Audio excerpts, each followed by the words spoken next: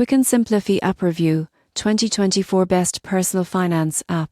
You won't believe how personal finance apps have improved in 2024. Quick and Simplify promises to make budgeting, tracking, and saving money simple, but is it really the best option? The surprising truth is automation. Most people get this wrong by thinking personal finance apps only track spending. Simplify automatically categorizes transactions, monitors upcoming bills, and creates personalized spending forecasts to help you stay on track. One major advantage is its intuitive interface. You won't believe what happens next when you see real-time updates, interactive graphs, and customizable budget categories. The app connects to multiple accounts, including checking, savings, loans, and credit cards, giving a complete financial picture. Simplify also offers goal tracking, alerts for unusual spending, and easy debt payoff planning.